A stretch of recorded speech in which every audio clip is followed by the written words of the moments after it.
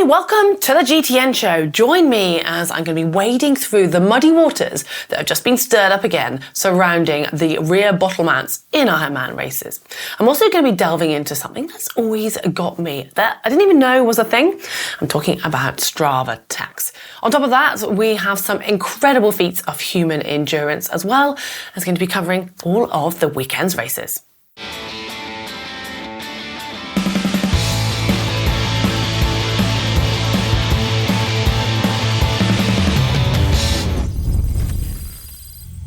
As it's just me on this week's show, you're going to get a little insight into my social media algorithm and things that I have spotted, been served over the last 7 days.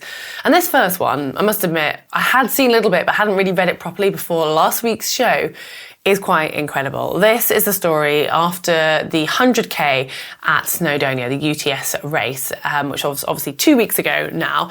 Well, the women's 100k was won by Stephanie Case. Now, you might not have heard of her. She hasn't raced for 3 years, and that is because she was trying to get pregnant, having IVF and a few failures in attempt to. She has now had a baby only 6 months ago. Yeah, it gets more crazy than that. She actually breastfed her baby along the route. I think 3 separate aid stations. I say aid stations, I mean they're aid stations for her baby. I don't quite know when she managed to get the time to feed herself. And she also had to start 30 minutes back because she lost her sort of her racing index, which hadn't been held since having this time off. So she had to start in the last wave. She wasn't in the elite wave. And she ran through the field, including stopping to breastfeed, and took the win. It's just quite phenomenal. I get really emotional just reading all the posts about it. And I think it's so cool and phenomenal. I just don't know how, anyone could manage that. Even one of those aspects, let alone all of that put together. And I'm definitely just started following her because I think she's quite inspiring. I just did an ultra on the weekend and I am well over a year since I had my baby. The thought of trying to stop and feed him, I was just trying to feed myself. That was enough of a challenge, and the ultra also wasn't that far or that hilly. So I can't get my head around it, but super, super cool. Sticking with sort of, I guess, family news, Sam Long has just put this post up. Him and Lara Gruden are expecting their second baby. Now, I think we all know that Sam has a child. You might remember the post that we talked about, I think it was last week, when he was obviously talking about training with his child, which was a little bit tongue-in-cheek. But it's cool to see that those guys are growing their family. So congratulations to both of them. Further congratulations in the triathlon family, triathlon world. Leon Chevalier and his fiancée Flori have just got married. A very understated post here from Leon, very Leon in a sense, just says, got married. Not much more to say about it than that, other than an absolutely beautiful picture. I'm guessing it's somewhere in France, but I'm not going to guess any further than that. It's just a really lovely photo. So congratulations to both of those guys. Now, still more crazy endurance stuff here. A British man, William Googe, has just got the world record for running across Australia. I mean, if you're going to run across any country, that is one of the largest, isn't it? He's ran from Perth to Sydney, took 35 days to cover 3,800 kilometres. So he went from Cottesloe Beach in Perth, and finished on Bondi Beach with his father by his side, waiting for it to be ratified. But it's quite a moving motivation behind it. He said he started running marathons after his mother died from cancer in 2018, and moments after crossing the finish line on Monday, he placed a bunch of flowers on Bondi's famous shoreline in her memory. She'd be proud of everything I've done. Well, I'm sure she would be, because that is quite something. One more mind-blowing feat, which I can't get my head around, but also makes me feel very queasy, is Ross Edgley. Those of you who follow endurance swimming will probably have already been on top of this. Ross Edgley is an endurance swimmer, a British guy who has done some incredible feats, and he's now going for his biggest swim yet, trying to complete 1,000 miles swimming around Iceland. And he's already swum around the UK, as you do, and on that one it was very much documented about how his tongue was actually the part of his body that was struggling the most. He is already very much struggling. So at the 5-day mark, he said, I already completed 1,000 miles around Iceland. Sorry for the radio silence. My tongue is taking a battering from the salt water, but apparently they've had good weather. Now, those photos are pretty bad. But if you aren't squeamish like me, you might want to look at his more recent post. He says 100 miles done, 900 to go, which is mind-blowing, but currently leaving parts of my tongue around Iceland as it dissolves from our strict days of saltwater exposure. And the video is pretty gross. Yeah. So maybe that comes with a warning before going to watch it. So yeah, congratulations. Good luck to Roth, because he's still got 900 miles to go. No doubt we'll be bringing you more updates from that. And finally, this is a bit more of a, I say light-hearted, but maybe it's not actually when you look at it. This joint post here from Triathlon Injured Reserve and On Your Left have basically put a list together of all the currently injured triathletes. Now, this is 7 days old, this post, so it's 7. I'm sure there's been a few that have maybe come off the list. Maybe some have gone on. And there's basically the athlete's name, the injury, the injury stroke awareness, and the anticipated return. So most of them are still TBD. We've got Sam Laidlow with the unsure injury. We've talked about that one before. Obviously, Hayden Wild with his ribs and his scapula and lung. He's yet to have a return date, but we've got, basically have a flick down through that, and you might spot one of your favourite athletes on there. Hopefully not. But yeah, hopefully to all of those athletes who are on that list, you'll be off it soon and you'll be back racing without an injury. On to Tri News. Now, have you ever wondered why you might have completed a ride or a run and of a certain distance, you upload it to Strava and the numbers don't quite correlate? I mean, maybe you have been that person. I'll put my hands up. I've done it before. Say you've done a 10K run or maybe a 100K bike ride and you're actually just shy. So you maybe just go around the car park or go up and down your street just to make sure you've ticked over and you've got a nice 100K round number. Only to upload it to Strava and then get incredibly disappointed when you actually are only awarded or given 99 kilometres. Now that apparently happens to a lot of people, and I know it is some weird frustration for those of you who are a bit like me and like a round number. Now Strava recognise this. They have known about this for a long time, but they have actually just released a sort of explanation. And it all comes under what they call Strava Tax. But I guess it's a bit tongue-in-cheek, but it's explained here. So they've gone into this article, which just came out 10 days ago, and they're saying that nothing's going to change anytime soon, but they can explain it. And I think just understanding why it happens and how it happens is kind of quite nice. It's reassuring for me. It does mean I'm still going to do those extra loops, but let me share what they've put here. It says your watch or head unit might say 10 miles, but what it actually recorded and what it sent to Strava might be, say, 9.9993, which means they'll round it down for a display. So you'll see 9.99, because in theory, you have not actually done 10 miles, even though our watches might make us feel good and say you have. Apparently some apps and watches will do it differently, will have a different algorithm. And they say even some devices from the same brand will have different ways of doing this. So you're not going to quite know what the exact distance is unless obviously your watch is going to give you all those decimals, which is unlikely to do. And then they also say, so obviously most files will upload onto Strava in a fit file. Some, if they don't have that, then Strava will take the GPX file, but they won't use that directly because, as we all know, so the satellite and GPS can sometimes be a little bit out, and our watches might give us a different distance to what it actually is, whether that's higher or lower. So they'll then convert that to their own GPS, and their algorithms work out the actual distance that you went from going from point to point, so to speak. So again, that could give a discrepancy to what you've seen on your device. And now that's one part explained, but then you might be thinking, well, why are they rounding it down? So say 9.99, even if you're 9.999, they are rounding it down in a sense. Well, they made this decision back in 2012. And it was a bold one, and they are sticking with it. They stuck with it till now. And even after this report, they then explain why they're sticking with it. So they basically say, we adopted the same principle we apply to racing, as in you and I as well, I think. If you're running a 5K and your watch says 5K before the finish line, you don't stop running, you finish. So we apply that logic to how distances were displayed. It's a conservative approach, but one that matches the seriousness with which we view the data athletes trust us to handle. In 2025, GPS has become more accurate, but the way distance is calculated on devices is more complicated. They go on to explain a little bit of how GPS might be slightly different to the numbers that they're going to use.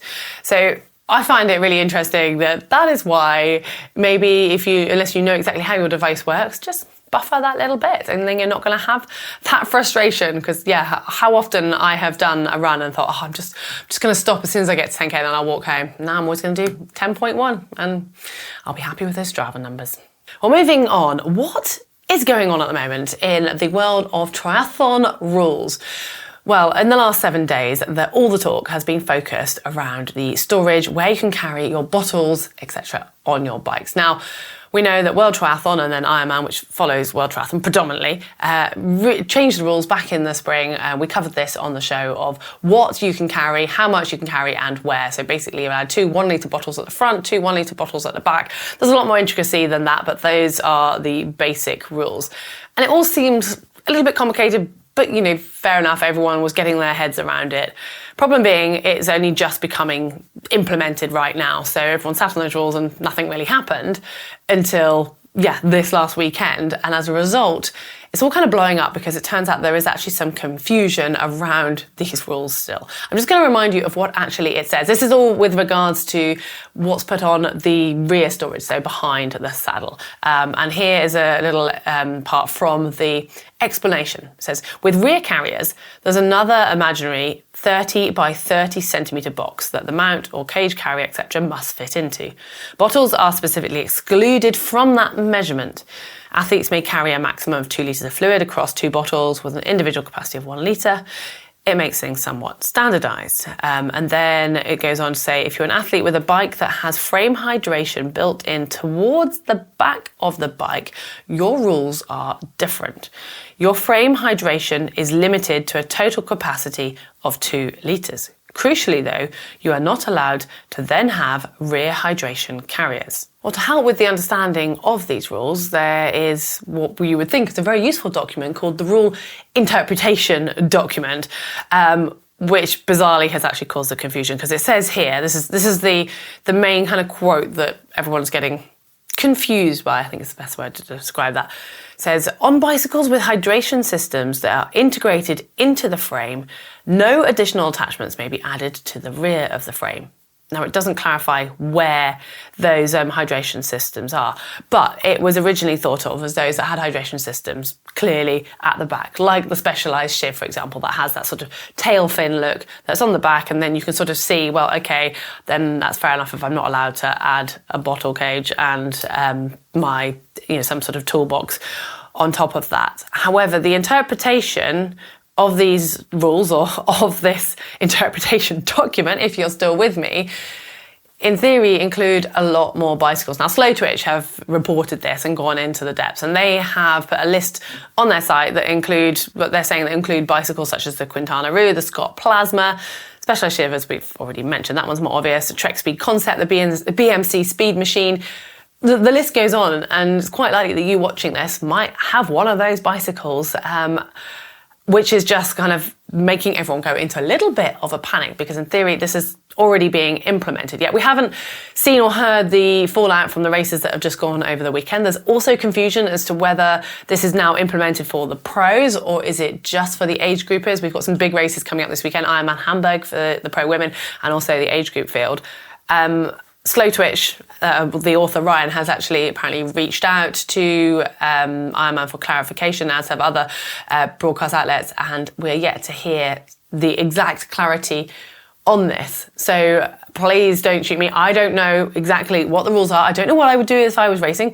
I would try and play it safe. However, if that is your bike, then I would just say don't panic and wait and see what comes out, because I think there's going to be so many people in this situation, Ironman can't just start disqualifying people because of the type of bike they have if they then want to carry a water bottle and some spare kit behind their saddle, because after all, you need safety and you need your hydration and you need to carry your tools somewhere.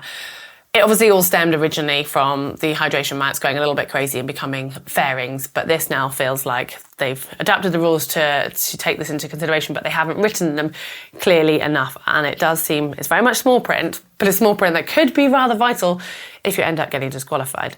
Now, just to sort of find a little bit of clarity in amongst these reads, I find it quite entertaining that Roth have just put out a really nice, clear video, and they start it by saying basically that they are interpreting their own the rules and then sort of making them more simple for the use of their athletes. But they are saying, this is Challenge as a brand, they are saying it's purely for Roth, it's not for the other challenge races at the moment.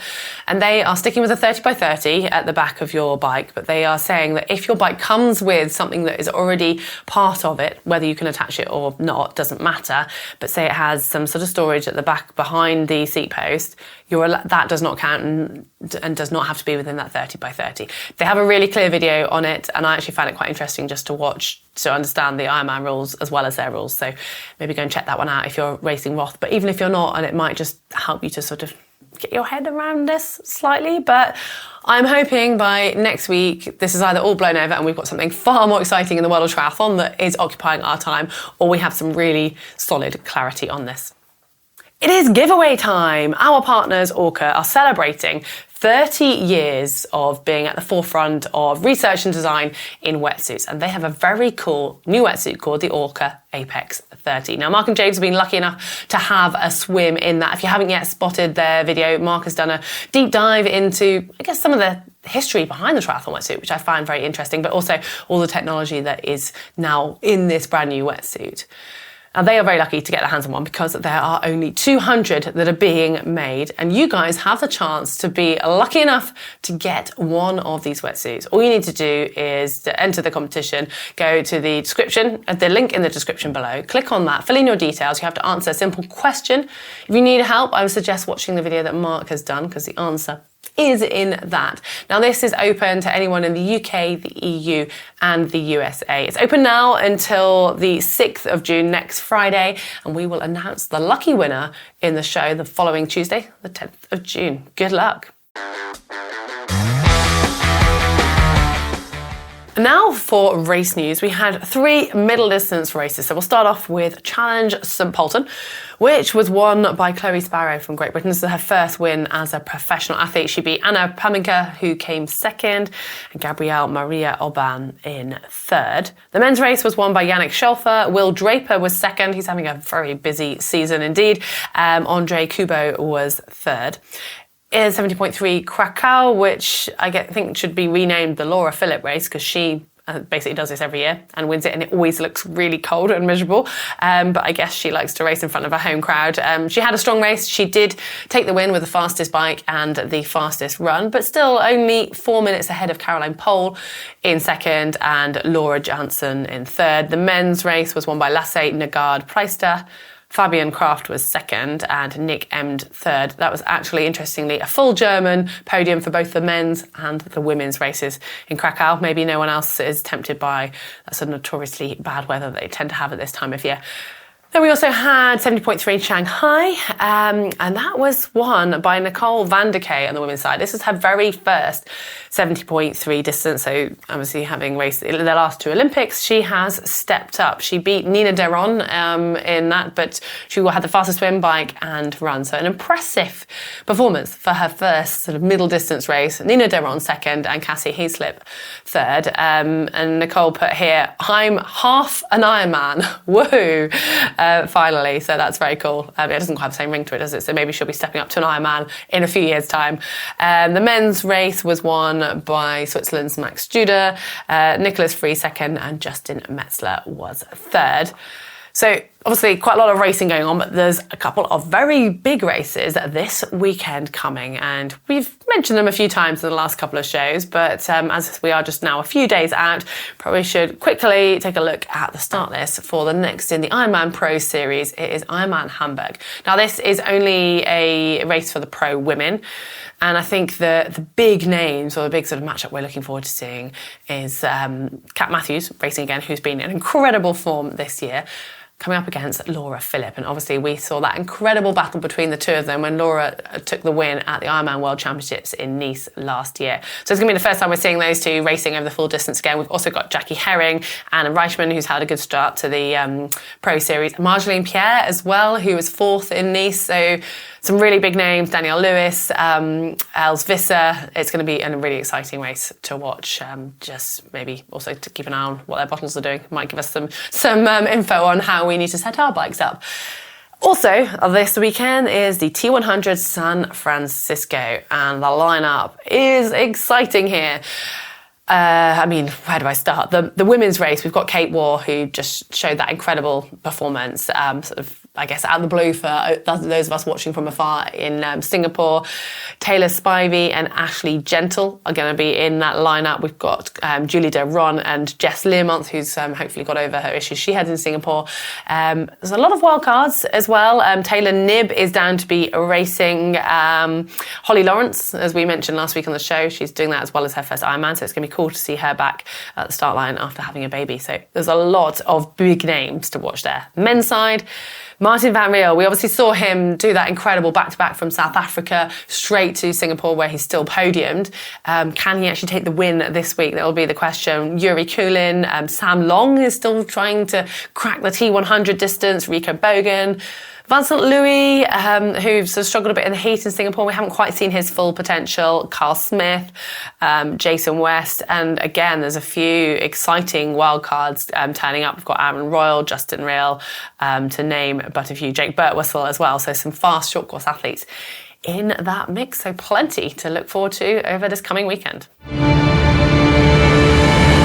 Try Spy. Last week, we had this mouth. Very good teeth, I thought. Didn't really help me with guessing who it was. It turned out that it was Marjolaine Pierre, who's really on form right now, isn't she?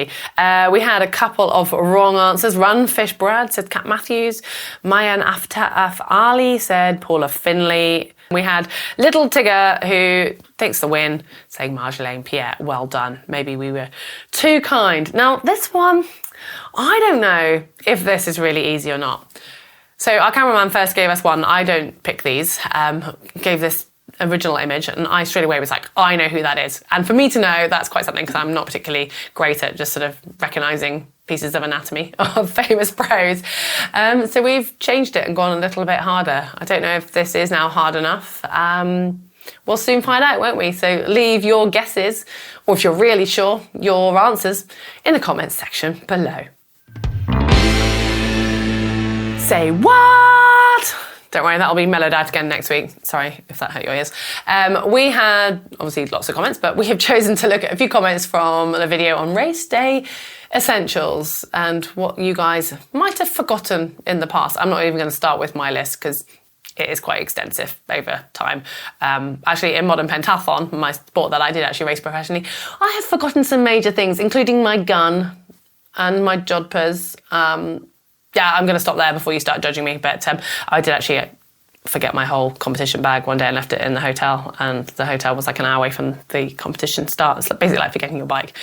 But anyway, you guys, I'm not alone. You're making me feel good here because we have Tried to Try, who says, last race, I forgot my number belt. I only realised when I was at the expo after picking up my number. I mean, I'm pretty sure that most of you guys will have forgotten your number belt at some point, won't you? That's just one of those things that you don't use very often. It comes to racing, you're like, where is it? Or it's maybe not even on your list. I have remembered mine so far this year. Julian Volkovicki says, forgot to put the SRAM batteries on a bike once. Ouch, that's got to be, again, I feel like maybe someone in our team has even done that. I don't know, maybe not, but that's not one that's, yeah, it's not a fun one, but I'm sure you aren't alone. This one, though, maybe you might be alone. I don't know. Tians Van Zyl says, I have left my front wheel at home and only noticed when I got to the race venue. You will only do this once. Well, I really hope you only do that once and hope that no one else does that at all, because, yeah, that's going to ruin your race plan slightly, isn't it? There's no improvising there. Well, we do love your comments underneath all of our videos, so keep them flowing. If you've got any beneath this show, please get involved. If you enjoyed the show, do give us a like.